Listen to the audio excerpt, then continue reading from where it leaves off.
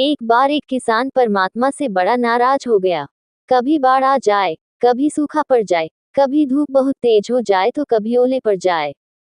हर बार कुछ न कुछ कारण से उसकी फसल थोड़ी खराब हो जाए। एक दिन बड़ा तंग आकर उसने परमात्मा से कहा, देखिए प्रभु, आप परमात्मा हैं, लेकिन लगता है आपको खेती बाड़ी की ज्यादा जानकारी नहीं है। एक प्रार्थना है कि एक साल मुझे मौका दीजिए, जैसा मैं चाहूँ वैसा मौसम हो, फिर आप देखना मैं कैसे अन्न के भंडार भर दूंगा।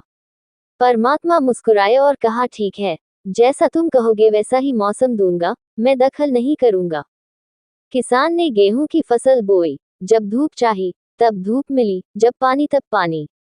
तेज धूप, ओले, बाढ़, आंधी तो उसने आने ही नहीं दी। समय के साथ फसल बढ़ी और किसान की खुशी भी, क्योंकि ऐसी फसल तो आज तक नहीं हुई थी। किसान ने मन ही मन सोचा, अब पता चलेगा परमात्मा को कि फसल कैसे करते हैं। बेकार ही इतने बरस हम किसानों को परेशान करते रहे। फसल काटने का समय भी आया। किसान बड़े गर्व से फसल काटने गया, लेकिन जैसे ही फसल काटने लगा, एकदम से छाती पर हाथ रखकर बैठ गया। गेहूं की एक भी बाली के अंदर गेहूं नहीं था, सारी बालियां अंदर से खाली थी। बड़ा दुखी होकर उसने परमात्मा से कहा, प्रभु ये क्या हुआ? तब परमात्मा बोले, ये तो होना ही था, तुमने पौधों को संघर्ष का जरा सा भी मौका नहीं दिया।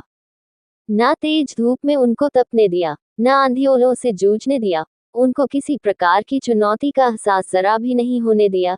इसीलिए सब पौधे खोखले रह गए। जब आंधी आती है, तेज बारिश होती है, ओले गिरते हैं, तब पौधा अपने बल से ही खड़ा रहता है। वो अपना अस्तित्व बचाने का संघर्ष करता है और इस संघर्ष से जो बल पैदा होता है वही उसे शक्ति देता है, ऊर्जा देता है, उसकी जीवत्ता को उभारता है। सोने को भी कुंदन बनने के लिए आग में तपने, हथौड़ी से पिटने, गलने जैसी चुनौतियों से गुजरना पड़ता है, तभी उसकी स्वर्णिम आभा उभरती है, उसे अनमोल बनाती है।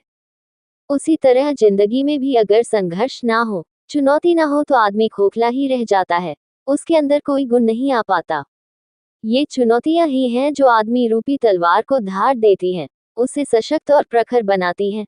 अगर प्रतिभाशाली बनना है तो चुनौतियां तो स्वीकार करनी ही पड़ेंगी, अन्यथा हम खोखले ही रह जाएंगे।